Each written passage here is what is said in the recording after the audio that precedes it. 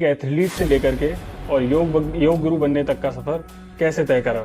School level state level पर पहुंचते गए तो फिर हम धीरे धीरे मेरठ जो स्टेडियम है वहाँ पर हमने दूसरी तरफ अगर देखा जाए, अगर कोई स्टूडेंट या कोई भी व्यक्ति योग के क्षेत्र में अपना करियर अगर बनाना चाहे तो क्या लगता है कहाँ से उसको शुरुआत करनी चाहिए? दिनचर्या कैसी है, हम किस समय उठ रहे हैं, हम किस समय जाग रहे हैं। आप इसको कैसे देखते हैं कि अगर कोई युवा योग को चुने या जिम को चुने? जिनका एक दुष्प्रभाव ये है, नया नया बच्चा जाएगा देखेगा इसके तो भाई डोले वगैरह टोले बहुत मोटे हैं, अच्छे हैं, मजबूत हैं, अपना अपना मोबाइल लेके अपनी अपनी एक जगह बैठे हैं और अपने अपने मोबाइल से वो कनेक्ट हो जाएंगे। बातचीत का इसका कम तो होता जा रहा है, पिता पुत्र से बात नहीं कर रहा, पिता बेटे से बात बहू से नहीं कर रहा, पति पत्नी से बात नहीं। तो ये जो कारण है, सब अपने अपने 4 सदस्य अगर घर में है तो ज़्यादातर हम क्या देखेंगे कि अपने अपने मोबाइल पर सब लगे हुए हैं। इस पर चिंतन करने की आवश्यकता है। हमारा समाज जो किस तरफ जा रहा है और हमें किस तरफ जाना है।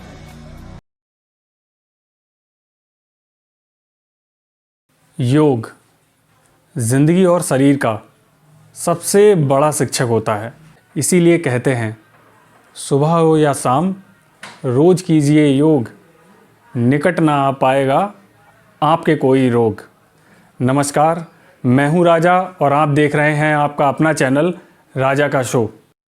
आज के हमारे गेस्ट हैं डॉक्टर नीरज आर्य, जो बरेली के पास आर समाज फरीदपुर में योग की निःशुल्क क्लासेस चला रहे हैं। हमने उनसे योग के बारे में बातें की, बीमारी से कैसे बच सकते हैं उसके बारे में बातें की, और हमारी एक सही दिनचर्या क्या होनी चाहिए उसके बारे में भी बातें की। इस एपिसोड को अगर आप पूरा देखते हैं तो सीरियसली आप बहुत कुछ सीखने वाले हैं। Watch this episode till the end. बहुत बहुत स्वागत है हमारे शो पर। आपको आमंत्रित किया और आप आए, उसके लिए बहुत बहुत धन्यवाद। सबसे पहले आप अपने बारे में थोड़ा सा ब्रीफ में बताएं। मैं डॉक्टर नीरज आर्य, वर्तमान में मैं आर्य समाज मंदिर में योग व दयानंद योग व प्राकृतिक चिकित्सालय आर्य समाज मंदिर फरीदपुर, मैं वहाँ पे योग का संचालन कर रहा हूँ। प्रतिदिन सुबह 5:30 से और 7 बजे तक जो नियमित योग की कक्षाएं वहाँ चलती हैं। एक एथलीट से लेकर के और योग गुरु बनने तक का सफ़र कैसे तय करा? ये एक लंबी प्रक्रिया है। सन लगभग 1990 से मैंने जो स्पोर्ट्स करना शुरू किया और मैं नेशनल लेवल तक जो खेला हुआ हूँ, क्रॉस कंट्री और 800 मीटर में, ये मेरे 2 मेन इवेंट थे। और शुरुआत में ग्रामीण में ही, गांव में ही हम रहते थे, तो वहीं ना इतने संसाधन पहले गांव में इतने नहीं थे, ट्रैक वगैरह भी उच्च क्वालिटी के नहीं थे। अपने आप ही मैनेज करके जो खाली जगह थी उनको व्यवस्थित करके 10-15 बच्चे हम अपने आप ही उनको एक ग्राउंड बनाया और वहीं से मेहनत हम करते गए। धीरे धीरे जब वहाँ से स्कूल लेवल स्टेट लेवल पर पहुँचते गए तो फिर हम धीरे धीरे मेरठ जो स्टेडियम है वहाँ पे हमने 3 वर्ष जो अभ्यास किया और मैं जो वहाँ से इंटर यूनिवर्सिटी जो 2 बार पार्टिसिपेट किया मैंने, क्रॉस कंट्री में और 800 मीटर में। अच्छा, तो इसके आगे आपका रुझान नहीं रहा कि इसको थोड़ा आगे लेकर के जाएं, कि देश के लिए थोड़ा इंटरनेशनल खेला जाए? हाँ, ये तो इच्छा रहती है, परंतु शुरुआत में जब हमने शुरू किया तो हम उतनी सुविधाएं हमको नहीं मिल पाई जो एक एथलीट के लिए सुविधाएं चाहिए, क्योंकि हम पहले से ही ग्रामीण परिवेश में थे। तो हमारा तो शुरू से ही स्वास्थ्य के प्रति अपने लगाव था। इसी उद्देश्य से जो स्पोर्ट्स शुरू किया, कोई गलत हैबिट ना लगे, तो स्पोर्ट्स में जब जाते थे तो शरीर का अपने आप ही ध्यान रहता था। तो धीरे धीरे करके जो हम उससे फिर लगाव होता चला गया, परंतु जिस बुलंदियों को स्पोर्ट्स में हम छूना चाहते थे उस पर हम टेक्निकल अभाव के कारण वहाँ तक नहीं पहुँच पाए। कोई फिजिकल इफेक्ट्स आ गया था क्या? ना, फिजिकल इफेक्ट्स नहीं था, परंतु हमने लेट शुरू किया। जिस एज से स्पोर्ट्स शुरू करना चाहिए एक नेशनल लेवल तक पहुंचने के लिए, वो एज हमारी निकल चुकी थी। ऐसा रहा। तो आपके बारे में मैंने सुना है जैसे कि अगर आप देखें तो मोस्टली सिटीज़ में योग की ट्यूशन देते हैं जो लोग, वो काफ़ी ज़्यादा फीस चार्ज करते हैं, हाँ और थोड़ी नहीं काफ़ी ज़्यादा चार्ज करते हैं। लेकिन भाई आपको अगर देखा जाए तो आप बिल्कुल ज़ीरो फीस चार्ज करते हैं। कैसे मैनेज कर लेते हैं इन सबको सर? शुरुआत में मैंने भी जो फीस प्राइवेट जो योग की क्लासें लगाई, और 2 साल मैंने जो आर्मी हॉस्पिटल है उसमें भी सेवाएं दी एज ए फीस लेकर। और बरेली में भी कई डॉक्टर हैं जिनको मैंने योग की क्लासें दी और फीस पे लेकर दिया। फरीदपुर में भी कई लोगों के घर जाके भी मैंने योग की कक्षाएं लगाई, परंतु उससे जो मुझे एक आत्मसंतुष्टि नहीं मिली, क्योंकि जो मेरे पास में एक ज्ञान है योग का, शरीर के बारे के संबंध में, उसको पैसे के द्वारा जो बेचना, तो उससे जो धन तो आता था परंतु एक संतुष्टि नहीं हो पाती थी, और जो प्रॉपर हम दूसरे के लिए बताना चाहते थे वो अपनी हम बात को स्ट्रिक्टली नहीं रख पाते थे। आज जब से मैंने फीस छोड़ी और योग के बताना देना शुरू किया लोगों के बारे में, जान उसकी सुविधा के अनुसार, बीमारी के अनुसार, तो तब से एक आनंद, एक उत्साह मिलता है। अगर आप फीस लेके काम करेंगे तो आपको धन की प्राप्ति होगी, और जब आपने फीस छोड़ दिया तो उसके बाद में आपको शांति की प्राप्ति होगी, एक आनंद की प्राप्ति होगी, एक उत्साह की प्राप्ति होगी। तो धन से बड़ा मुझे ये लगा, धन के अन्य स्रोत हैं, बिल्कुल जैसे खेती है, वो एक व्यवसाय है, और धन वहाँ से आ जाता है, और जो मेरी रुचि का विषय है उसको मैंने धन से अलग कर दिया। बहुत बढ़िया।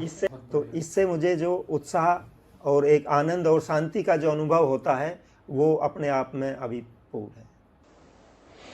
तो ज़्यादातर लोग ऐसा ही करते हैं कि पैसों को तवज्जो देते हैं, बाद में शांति ढूंढने का प्रयास करते हैं, लेकिन पैसे से शांति तो नहीं खरीदी जा सकती है।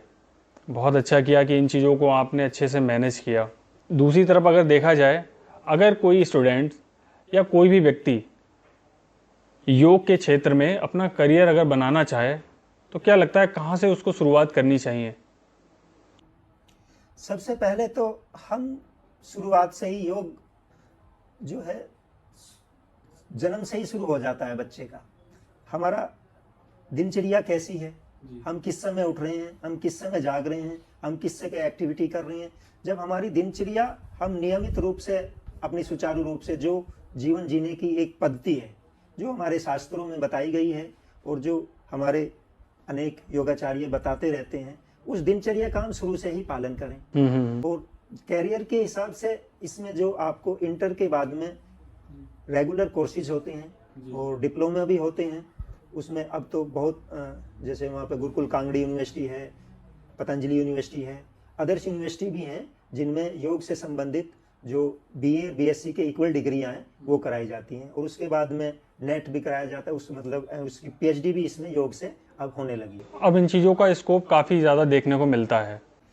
हाँ, स्कोप इसका धीरे धीरे बढ़ रहा है, परंतु जिस स्तर से भारत में एक प्राचीन विद्या हमारे देश की है, जितनी हम बात करते हैं उतना हम इसको अपने जीवन में इसका अनुपालन नहीं कर पाते हैं। ये बड़ा दुर्भाग्य की बात है, क्योंकि हम सब कुछ जानते हुए जिसमें जो हमारे ऋषि मुनि शुरू से ही योग करते हुए आए हैं और हम उसको, इस विद्या को अपना नहीं रहे। आज पूरा वर्ल्ड जो योग के नाम पे एक एकत्रित है, और जो 21 जून को जो पूरे वर्ल्ड में जो योग दिवस के रूप में मनाया जाता है, परंतु हम उसको उतनी जो विचार नहीं ले पा रहे हैं जिस तरह से हमको योग करना चाहिए। ये तो है।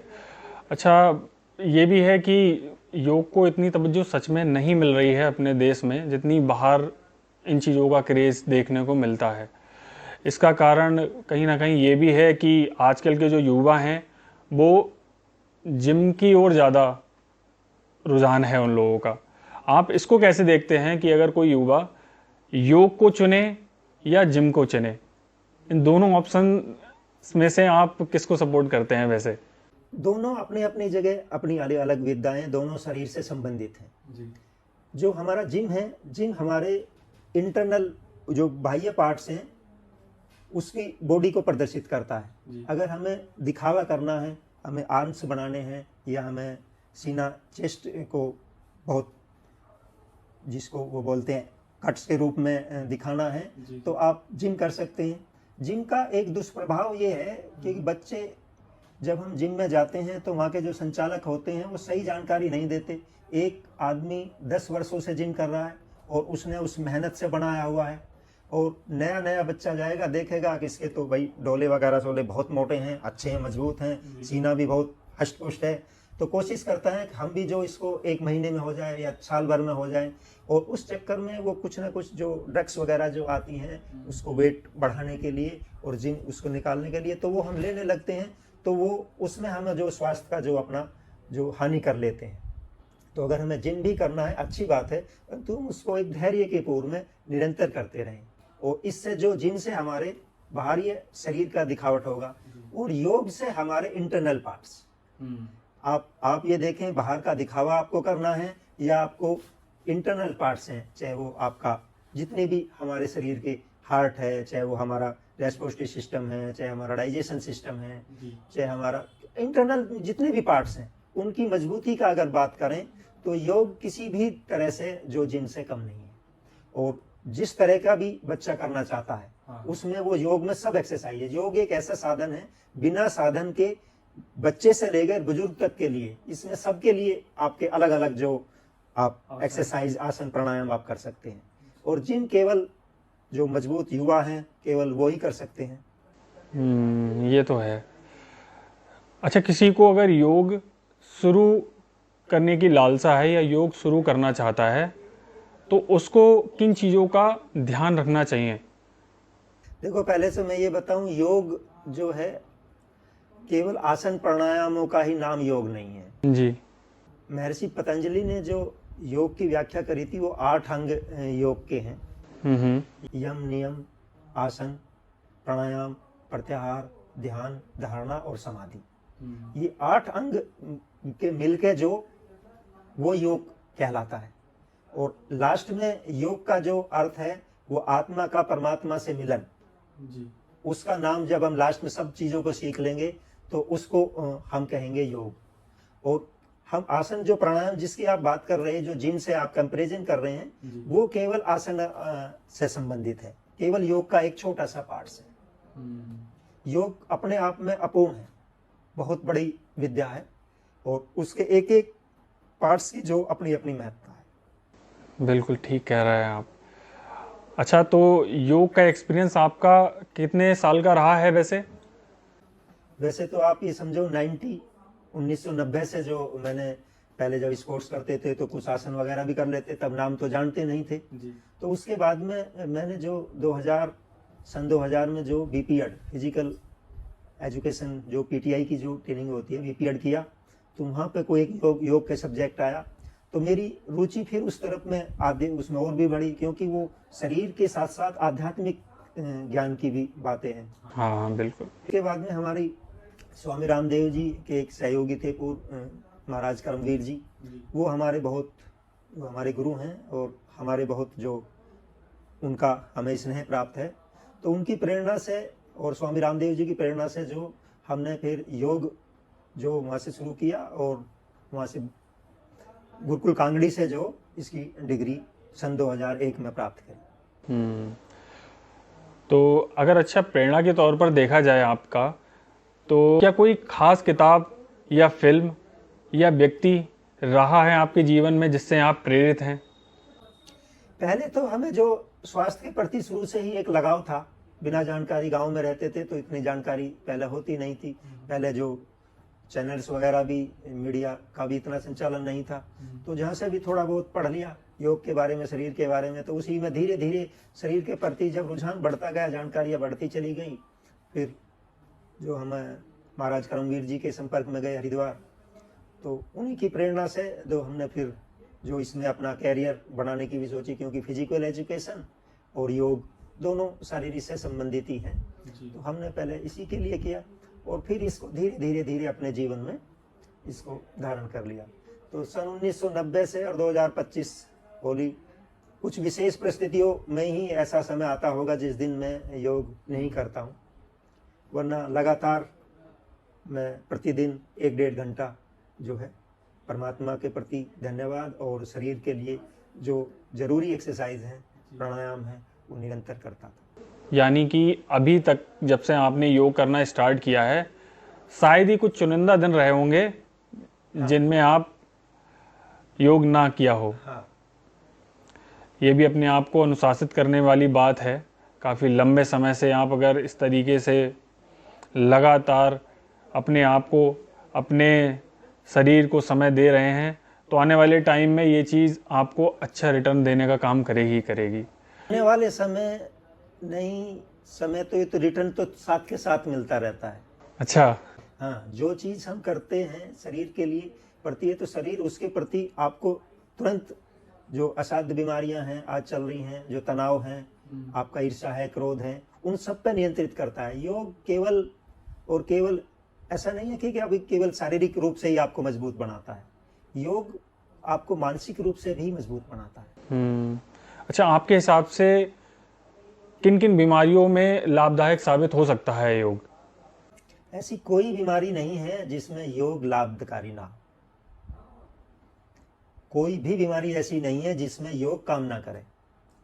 बस आपकी अवस्था के अनुसार, आपकी एज के अनुसार, आपकी बीमारी के अनुसार वो आसनों के, प्राणायामों के वो नाम अलग अलग हो सकते हैं, परंतु निश्चित रूप से धैर्य के साथ अगर आप इसका प्रयोग करेंगे। आज क्या है, आज जब हम बीमार हो जाते हैं तब हम जिस तरह से एलोपैथिक गोली काम करती हैं, इस तरह से चाहते हैं कि योग उसमें काम करें। योग बीमारी को तुरंत इंजेक्शन लगाने वाला काम नहीं करता, वो स्वस्थ व्यक्ति को स्वस्थ रखने का काम करता है। और निरोगी व्यक्ति अगर हो गया और वो योग करना चाहे तो उसको धैर्य की आवश्यकता है। आप धैर्य ना छोड़ें और निरंतर अभ्यास उसका करते हैं, निश्चित लाभ होगा। ऐसा कोई रोग नहीं है जिसमें आपको जो योग से लाभ ना हो। आयुर्वेद के हिसाब से और जो एलोपैथी मार्केट में चल रही है, इन दोनों को आप कैसे देखते हैं? क्योंकि मार्केट में गवर्नमेंट भी कहीं ना कहीं देखते हैं कि एलोपैथी को भी सपोर्ट करती है।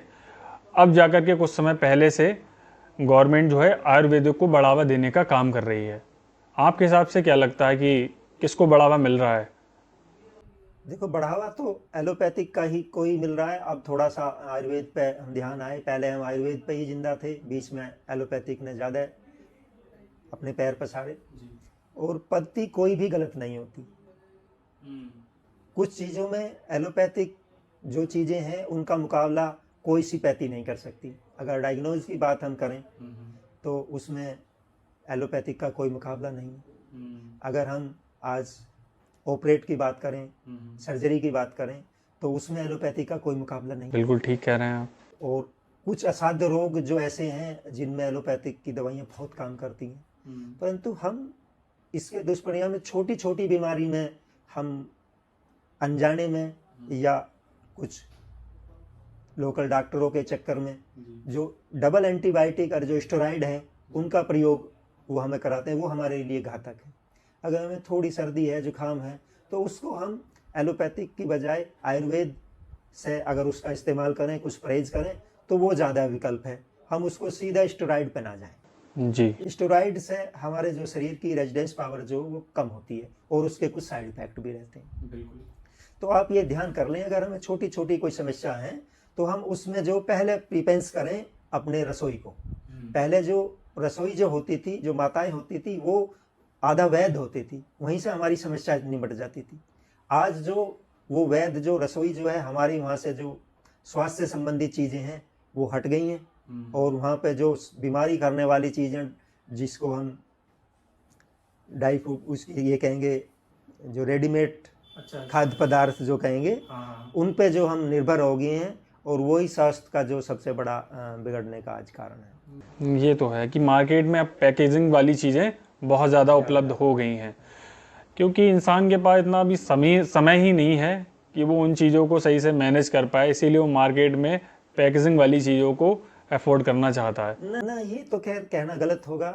समय नहीं है, समय तो 24 घंटे है, पूरे वर्ल्ड में इतना ही समय है। जितना तुम्हारे पास समय इतना ही मेरे पास समय है, इतना एक प्रधानमंत्री के पास समय है। तो समय की तो कमी किसी के पास नहीं है, और समय के अभाव में भी नहीं कहेंगे। आज चाहे हमारा जो प्रधानमंत्री मोदी जी को ही आप देख लें, उनसे शायद व्यस्तता शायद ही किसी को, और फिर भी वो 1-2 घंटा जो योग प्राणायाम करते हैं। तो समय की जो दुहाई लोग देते हैं वो तो गलत देते हैं। समय तो सबके पास 24 घंटा ही है, इतना ही होता है, इससे ज़्यादा किसी के पास समय नहीं है। और जो 24 घंटे में कुछ नहीं कर पा रहे हैं, उनको अगर 30 घंटे का भी दिन दे दिया जाए, वो भी नहीं होगा, वो भी व्यर्थ ही होगा। बिल्कुल सही बात है। वो रुचि का विषय है। हम अपने घंटों को बर्बाद कहाँ कर रहे हैं। आज जो है युवा वर्ग में सबसे बड़ी चुनौती ये क्या है, क्योंकि वो एक 1.5 GB डाटा खर्च करने के लिए केवल जिंदा है। 50% आबादी हमारी जो 1.5 GB डाटा उसने डलवा लिया है, बस वो देख रहे शाम तक ये खर्च कैसे करूं मैं। उससे ये संबंध नहीं है मैं स्वास्थ्य से संबंधित कुछ जानकारी देखूं या किसी और जानकारी देखूं ना, उसको तो केवल ये डाटा आज मेरा खराब ना चला जाए, केवल उसके लिए वो जीवित है। इस 1.5 GB डाटा ने जो है कुछ हमारा लाभ भी किया है और लाभ से ज्यादा हानि ज्यादा की है। बिल्कुल, अब तो ये 5G का समय है, तो इंसान को डेटा की तो कमी अब उपलब्ध होती ही नहीं है। उनको डेटा जितना दे दो उतना कम है आज के समय में देखा जाए तो। हाँ, उसका अगर डेटा का हम सदुपयोग करेंगे तो बेस्ट होगा। अब एक चाकू का काम, चाकू से आप सब्जी छीलें, उसके जो कार्य हैं वो करें, तो वो उसके सकारात्मक पक्ष होंगे, और अगर उससे ही हम उसी किसी के पेट में मार देने लगें तो वो उसके नकारात्मक पक्ष होंगे। यही हमारे इंटरनेट का है। अगर हम उससे जानकारी अपने स्वास्थ्य से संबंधित, अपनी जॉब से संबंधित जानकारियाँ लेंगे तो निश्चित वो हमारे लिए लाभकारी होगा। और अगर हम उसमें बेमतलब की चीज़ों को देखते रहेंगे तो वो आज सबसे ज़्यादा हमारी युवा पीढ़ी को सबसे ज़्यादा प्रभावित कर रहा, और विशेषकर पढ़ने वाले बच्चों को उसका विशेष उसका निगेटिव उस पर प्रभाव जा रहा। बिल्कुल ठीक कह रहे हैं आप। आजकल लोगों का वजन को लेकर के बहुत सवाल रहता है, बहुत ज़्यादा परेशान रहते हैं। अगर किसी को अपना वेट कम करना हो, क्या योग इसमें मददगार साबित हो सकता है? हाँ, जरूर। किस तरीके से? देखो, उसका कई कारण है। वजन बढ़ने वाले के उसके कारण क्या है? कुछ जेनेटिक कारण होता है। जो जेनेटिक कारण होता है वो कुछ थोड़ी सी समस्या उसके सामने गंभीर होती है, और जिसके सामने जेनेटिक प्रॉब्लम नहीं है उसका आसानी से कम किया जा सकता है। कम तो उसका भी किया जा सकता है। बस हमको ये देखना, हम भोजन के लिए ना जिए, भोजन इस शरीर की आवश्यकता है। अब जिसको जितनी कैलोरी की आवश्यकता हो, जितनी जिसकी भोजन की डाइट की आवश्यकता हो, उसी तरह का भोजन ले, और उसमें हमें क्या लेना है, क्या नहीं छोड़ना है, किस प्रकार के हमें, दरअसल हर जीव को इस पृथ्वी पे जितनी भी जीवधारी सबको अपने भोजन का पता है। सही कह रहे हैं। जो मांसाहारी है वो मांस खाएगा, जो शाकाहारी है वो शाकाहारी खाएगा, जो पका हुआ है वो पका हुआ ही खाएगा, जो कच्चा है वो कच्चा ही खाएगा। केवल एक आदमी यहाँ सबसे बुद्धिजीवी होकर, और विचित्र अवस्था ये है कि हमें अपने भोजन का ही पता नहीं है। हमें क्या खाना है, कब खाना है, यही नहीं पता है। इसके बारे में हम जानकारी ही नहीं चाहते। हमें किस समय कौन सा भोजन करना चाहिए, किस समय नहीं करना चाहिए, मोटापे के लिए क्या भोजन अवॉइड करना चाहिए, क्या नहीं करना चाहिए, किस समय सोना चाहिए, किस समय जागना चाहिए। हम देर 12 बजे भोजन करते हैं, 11 बजे भोजन करते हैं, रात में देर रेत सोते हैं, सुबह 10 बजे उठते हैं। वेट तो अपने आप ही बढ़ेगा। बिल्कुल ठीक कह रहे हैं आप। अच्छा, आपके हिसाब से एक दिनचर्या सही क्या होनी चाहिए? देखो, अगर विशेष परिस्थिति किसी की कार्य से संबंधित किसी की विशेष परिस्थिति ना हो, तो शाम के समय उचित तो ये होता है कि सूर्य अस्त होने से पहले भोजन हो जाना चाहिए। और आज के परिवेश में कहें, अगर सर्दी में कहें, तो हम 8 बजे से पहले हमारा भोजन हर हाल में हो जाना चाहिए। खाना खाने के हम 2-3 घंटे बाद जब तक हम सोएं, तब तक हमारा भोजन प्रक्रिया हमारी हमारे से वो आगे निकल जाए। और सुबह आप 5 से 6 बजे से हर हाल में पहले आपको जाग जाना चाहिए। तो दिनचर्या को फॉलो करेंगे तो चाहे वजन हो या और भी कोई प्रॉब्लम हो, वो निश्चित रूप से कम की जा सकती है। और उसमें जो हमारी अनेक बीमारियां मोटापे के कारण होती हैं, वो भी सब दूर की जा सकती है। तो जो स्ट्रेस और एंजाइटी देखी जाती है, उनको कम करने का कोई योगासन वगैरह होता है? हाँ, होता है। जैसे उसके लिए योग निद्रा है, और श्वसन की जो क्रियाएं हैं, हाँ, अनुलोम विलोम है, और हमारी दीर्घ श्वसन प्रक्रिया है। और सबसे अच्छा जो एक योग निद्रा है, उससे हम उसको कम कर सकते हैं। और मेन चीज़ें हैं कारण, किस कारण से स्ट्रेस है, किस कारण से जो तनाव हमारे अंदर आया है, उसका कारण। जब तक हम कारण का दूर नहीं करेंगे, जब तक निवारण नहीं होगा। ये तो है। तो हम पहले कारण की उस जड़ तक जाएं जिस कारण से हम स्ट्रेस हैं। आजकल सोशल मीडिया के चलते लोगों को छोटी छोटी बातों पर तनाव या चिड़चिड़ापन या कहें गुस्सा, ये चीज़ें आम हो गई हैं। इनको ख़त्म या फिर थोड़ा कम किया जा सकता है क्या योग से? हाँ, किया जा सकता है। योग एक संगीण विकास का नाम है। जब हम योग से जुड़ेंगे, योग और जिम में यही तो अंतर है। जिम में हम जाएंगे, भारी भरकम वजन उठाएंगे और उसमें आ जाएंगे, तो वहाँ से हमें जो आत्मा और परमात्मा का मिलन होता है और एक योग के बारे में जो शांति और एक आनंद का जो बात होती है, वो चीज़ें बातें नहीं होती। योग में इन सब चीज़ों का महत्व है। और हम आज क्या करते हैं, सबसे बड़ी समस्या है, अगर 4 युवा या 4 लोग या कोई भी बैठे हैं, रहते हैं, तो सब बैठे हैं, आपको देखना 1 मिनट बात करेंगे और फिर वो अपना अपना मोबाइल लेके अपनी अपनी एक जगह बैठे हैं और अपने अपने मोबाइल से वो कनेक्ट हो जाएंगे, आपस में बात नहीं करेंगे। तो ये सबसे बड़ा स्ट्रेस का कारण है, क्योंकि हमारे में जो एक लगाव का जो स्तर था वो धीरे धीरे कम होता जा रहा है। बातचीत का स्तर कम तो होता जा रहा है। पिता पुत्र से बात नहीं कर रहा, पिता बेटे से बात नहीं कर रहा, पति पत्नी से बात नहीं कर रहा। तो ये जो कारण है, सब अपने अपने 4 सदस्य अगर घर में हैं तो ज़्यादातर हम क्या देखेंगे कि अपने अपने मोबाइल पे सब लगे हुए हैं।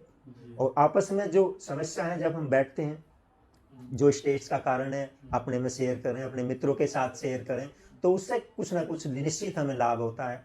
तो इस इंटरनेट के ज़माने में सबसे बड़ी जो स्टेज जो बड़ी है, हम जो समस्या का समाधान जहाँ से हो सकता है उसको नहीं देखते और दूसरी जगह में अपने समय को जो व्यतीत करना चाहते हैं। क्योंकि आज से कुछ समय पहले जब हम 6 या 7th वगैरह में थे, तो उस समय हम आउटडोर गेम्स पे बहुत फोकस करते थे।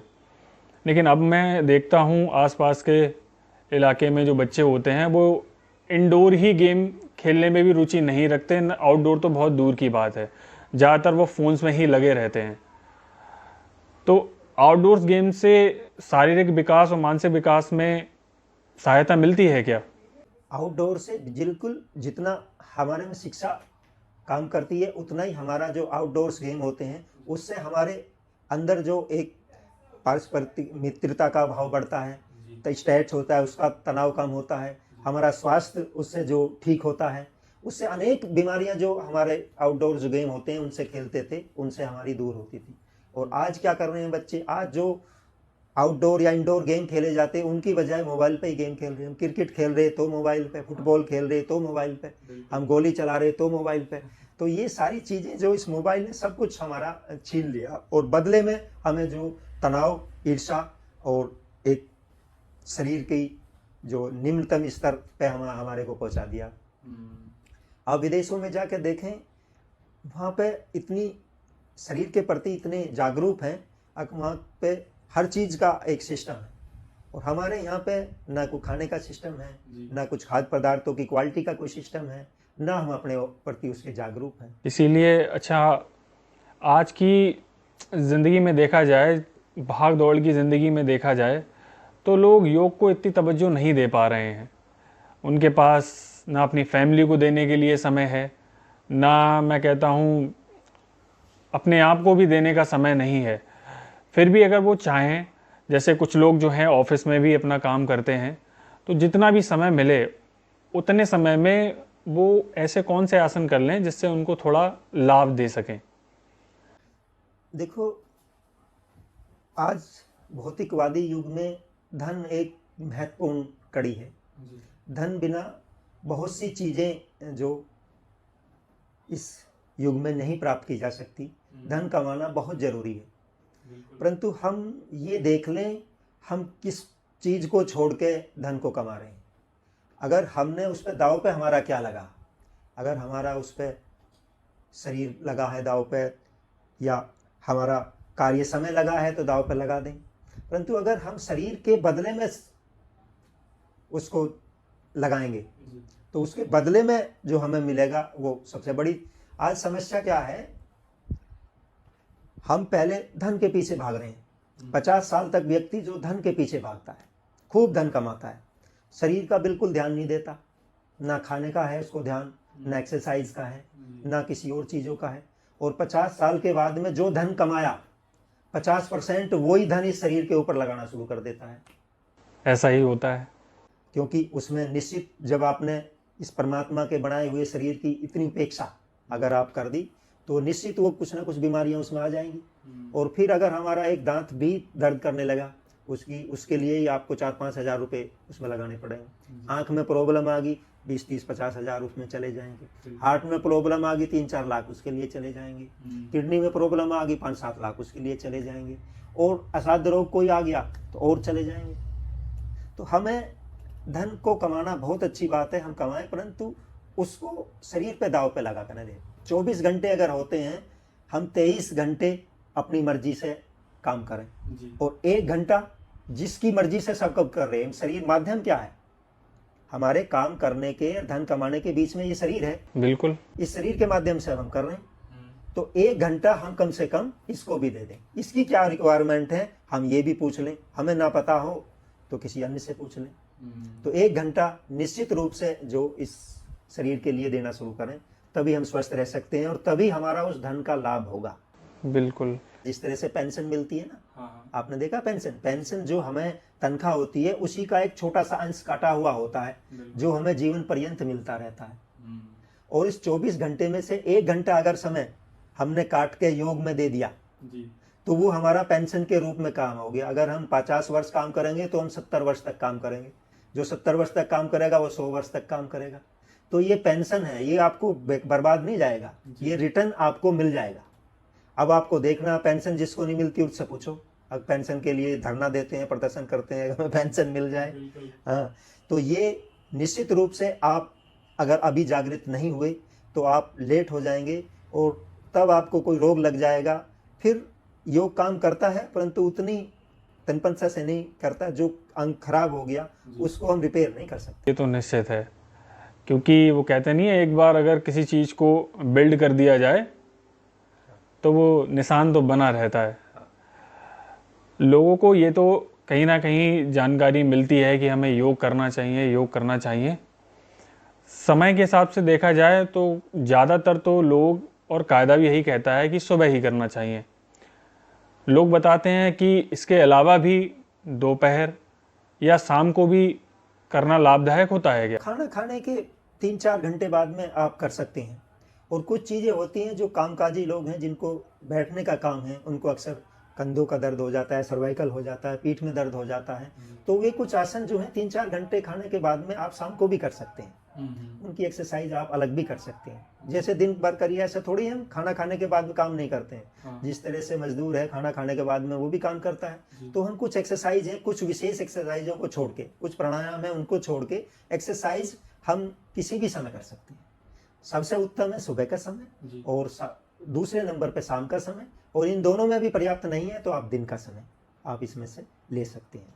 और थोड़ा बहुत अपनी सुविधा के अनुसार, अपने रोग की अवस्था के अनुसार आप 10 मिनट, 15 मिनट, आधा घंटा, जितना भी समय आपको मिले उतना ही कर सकते हैं। ऑफिस में भी हम कर सकते हैं। अगर हमारे कंधों में दर्द हो रहा है तो हम कंधों की एक्सरसाइज बैठे बैठे ही कर सकते हैं। इस तरह से हम घुमा सकते हैं, गर्दन की 1-2 एक्सरसाइज करते हैं। तो इसमें ऐसा तो नहीं है कि भोजन करने के बाद में नहीं करना है। हाँ। तो कुछ एक्सरसाइज हैं, कुछ चीज़ें हैं जो हम कर सकते हैं। बस हमारी जिज्ञासा हमारे अंदर होनी चाहिए। सूर्य नमस्कार जो 12 आसनों का एक समूह है और उसमें लगभग सारी एक्सरसाइजें आ जाती हैं। उसमें स्टेट्स से लेके और फिटनेस से लेके उसको सभी कर सकते हैं। वो से बच्चे से लेके बुजुर्ग तक सभी कर सकते हैं। उनकी मात्राओं का और स्पीड का अंतर हो सकता है।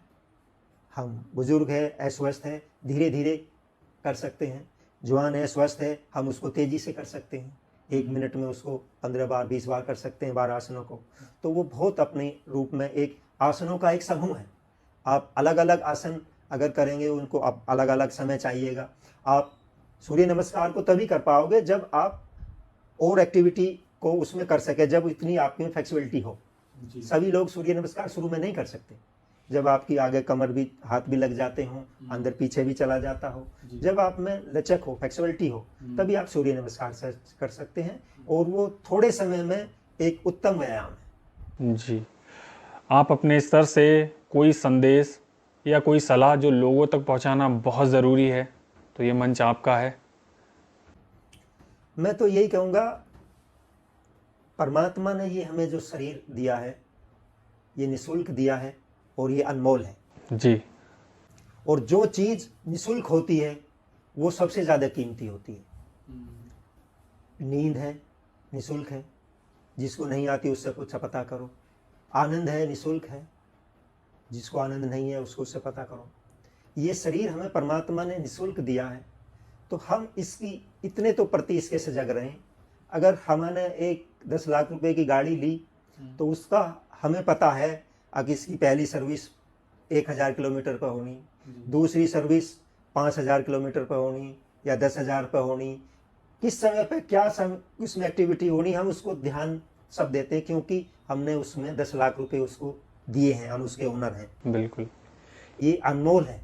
अगर हम किसी व्यक्ति से स्वस्थ कहें तुम्हारे पास में ये 2 किडनी है, एक हमें दे दे, तो उससे पता करे, जब पता चलेगा है उसको लाखों रुपए में, करोड़ों रुपए में डोनेट होती है। 2 आँख हैं भैया, एक से तुम काम चला लो, एक हमें दे दे, तो लाखों रुपए में ये भी आपकी चली जाएगी।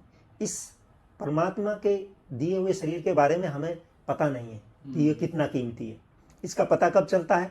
जब ये जाने लगता है। जी।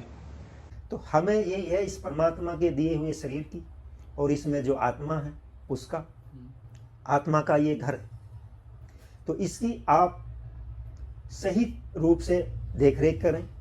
इस शरीर का जो भोजन है अपनी प्रकृति के अनुसार वो भोजन ग्रहण करें, और नियमित रूप से आप 1 घंटा निश्चित आप निकाल लें, वो आपका बेकार जीवन में नहीं जाएगा। ये मेरा तजर्बा है, क्योंकि आपका निश्चित रूप से 1 घंटा अगर आपने निकाल लिया तो आप जब तक जिएंगे आप वर्क करते हुए ही जाएंगे, किसी भी सेल्फ डिपेंड नहीं रहेंगे, और आप स्वस्थ रहेंगे, और आपका जो धन आपका 1 घंटे में जो नुकसान हुआ वो आपका डॉक्टरों के घर पर नहीं जाएगा। तो निश्चित रूप से मेरी तो यही सलाह है कि करो योग और रहो निरोग। करो योग और रहो निरोग। क्या बात है, ये स्लोगन आपका बहुत ही चर्चित रहा है। और अच्छा, जब आप पढ़ाई के दौरान जब एक्सरसाइज वगैरह या योग वगैरह आप करते थे उस समय, तो आपके सहपाठी वगैरह आपका इसमें समर्थन करते थे ऐसा कुछ, या अकेले ही डटे रहते थे? देखो, समर्थन तो आपका हर क्षेत्र में करेंगे जी। आप जिस क्षेत्र में भी जाओगे आपको वहीं मिलेंगे। हम अगर दौड़ने वाले थे तो हमें दौड़ने वाले बच्चे मिले, जो बीड़ी पीने वाले थे उनका ग्रुप अलग था, वो बीड़ी कोने में बैठ के पी रही, जिसको और व्यसन में पढ़ना वो और व्यसन पढ़ेंगे। ये तो समर्थन तो आपको मिलेंगे। अगर आपको इस दुनिया में अच्छे आदमी ढूंढोगे तो आपको बुरा कोई दिखाई नहीं देगा, और अगर आपको बुरे आदमी देखने हैं तो आपको सब बुरे ही दिखेंगे, अच्छा आपको दिखेगा नहीं। ये तो आपकी दृष्टि के ऊपर है। आप जिसको जो तलाशोगे आपके पास में वही आएगा, वही उसी प्रकार की ऊर्जा आपके अंदर एक्टिवेट होगी। ये ऊर्जा का खेल है सारा। जिस तरह की हमारी भावनाएं होंगी उसी तरह के लोग हमारे से जुड़ते चले जाएंगे। हमें जो यहाँ फरीदपुर में लगभग 2007 में हम आए हैं, और हमें यहाँ एक भी आदमी अब तक कोई खराब नहीं मिला, क्योंकि आपने उस दृष्टि तो हमारे कहने तो हमें खराब हो गया, हम उसके नज़दीक गए नहीं, वो हमारे पास कैसे आ जाएगा? जब हमारी ऊर्जा ने उसको आकर्षित ही नहीं किया तो वो हमें मिला ही नहीं। बिल्कुल ठीक बात है। तो ये तो हमारे ऊपर निर्भर करता है, जो हम बनना चाहते हैं वही बन जाते हैं, और जैसे हम होते हैं ऐसा ही हमारे चारों तरफ में आभामंडल होता है। अच्छा, आपने बहुत सारी समस्याओं को लगभग ख़त्म करने की जो नीतियाँ बताई, जो युक्तियाँ बताई, वो कहीं ना कहीं लोगों को काम आएंगी। और देखो, कोई भी चीज़ बताने से काम तो आने वाली नहीं है। बताते तो हमने जन कितने लोगों को बताया, लाभ तो उन्हीं लोगों को हुआ जिन्होंने बताए हुए को उपयोग में किया। बहुत लोग ऐसे हैं जिन्होंने जो समस्याओं को हमें बताया और हमें उनकी एक्सरसाइज बताई। बहुत सी बीमारियां हैं जो लाइलाज होकर हमारे पास आए, और हमने उनको वो एक्सरसाइज और प्राणायाम और जो ध्यान की जो प्रक्रियाएं बताई, और उन्होंने वो नियमित प्रयोग में करी, और आज वे बिल्कुल स्वस्थ हैं। तो ये बताने से तो होने वाला कुछ है नहीं, ये करना तो पड़ेगा। ये तो है, कहने और करने में भी फर्क होता है। उसी तरीके से तो लाभ तो उसी का होगा जो करेगा। ये तो है। और हमने आपको बुलाया, आप हमारे शो पर आए, उसके लिए बहुत बहुत धन्यवाद। और आशा करते हैं आगे कुछ समय बाद में हम कोशिश करेंगे आपको फिर से इनवाइट करेंगे, ताकि और लोगों को जो प्रॉब्लम्स वगैरह फेस करने को मिलती हैं उनका निवारण करने के जो सूक्ष्म तरीके होते हैं उनको बता पाएँ। और एक दो चीज़ जो आप अपने मन में लेकर के आए हों और बताना चाह रहे हों। नहीं, हमारे मन में तो बहुत सी चीज़ें रहती हैं और मेन हमारे उद्देश्य यही है कि किस तरह से हम स्वस्थ रहें, किस तरह से हम निरोग रहें, किस तरह से हम प्रसन्न रहें, किस तरह से हम आनंद में रहें। ये बहुत बड़ी आज एक समस्या है। इसको अगले किसी समय, इसका लंबा समय हो जाएगा, अगले समय पे इस पर बात करेंगे। बिल्कुल। क्योंकि इस पे चिंतन करने की आवश्यकता है कि हमारा समाज जो किस तरफ जा रहा है और हमें किस तरफ जाना चाहिए। हमारे पास में धन बढ़ रहा है, वैभव बढ़ रहा है और उसके साथ साथ में अशांति और ईर्ष्या द्वेष भी बढ़ रहे हैं। तो धन बढ़े, वैभव बढ़े, ये तो अच्छी बात है, परंतु इसके साथ में तनाव बढ़े, ये अच्छी बात नहीं। और तनाव ना बढ़े उसके लिए योग एक ऐसा माध्यम है। अगर आपका धन बढ़े, तनाव संपदा बढ़े, आपकी प्रसन्नता बढ़े और आपका तनाव ना बढ़े, आपकी नींद गायब ना हो, तो इसके लिए आपको योग की शरण में आना पड़ेगा और किसी योग गुरु की जो चीज़ें जानता हो उसकी बातों में आना पड़ेगा और उसको धारण करना पड़ेगा, चाहे शारीरिक हो या मानसिक हो।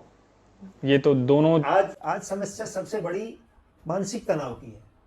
अभी आप विदेशों में तो जो मानसिक चिकित्सा के लिए अलग से जो कॉन्स्टिट्यूशन रखने लगे हैं, अब यहाँ पे भी हमारे यहाँ पे आ जाएंगे, जो अभी हम मानते नहीं हैं। अब ये मानसिक तनाव से भी कुछ होता है। आज 80% जो समस्याएं हैं, जो बीमारियां हैं, वो मानसिक तनाव के कारण है। जो जितना सूक्ष्म होगा वो उतना शक्तिशाली होगा। तो योग सच में जीवन में ना सिर्फ शारीरिक विकास देता है बल्कि मानसिक रूप से भी बहुत हेल्प करता है। ये सर्वांगीण विकास हमारा योग करता है। बहुत सही रहा कि आपने जो संदेश दिया लोगों को योग के माध्यम से कि किस तरीके से अपने आप को, शरीर को और मानसिक रूप से कैसे इम्प्रूव कर सकते हैं। और प्रयास भी यही रहेगा कि योग को ज़्यादा से ज़्यादा लोगों तक पहुंचाना। लोग आज करते हैं लेकिन इतनी तवज्जो नहीं देते हैं योग को जितना जिम को देते हैं। तो प्रयास यही है कि योग को ज़्यादा से ज़्यादा बढ़ावा मिले, सरकार भी इसमें संज्ञान ले और इसको निरंतर रूप से बढ़ता हुआ हम और आप देखें। ये एपिसोड आपको कैसा लगा? अपना फीडबैक देने के लिए हमें कमेंट ज़रूर करें। अच्छा लगा हो तो डेफिनेटली लाइक कर सकते हैं, शेयर कर सकते हैं और ऐसे ही इन्फॉर्मेटिव और हेल्पफुल एपिसोड देखने के लिए हमारे चैनल को सब्सक्राइब कर सकते हैं। बहुत जल्द मिलते हैं एक बेहतरीन गेस्ट के साथ। तब तक के लिए आप स्वस्थ रहिए, खुश रहिए और दूसरों को खुश रहने का मौका भी दीजिए। Thank you.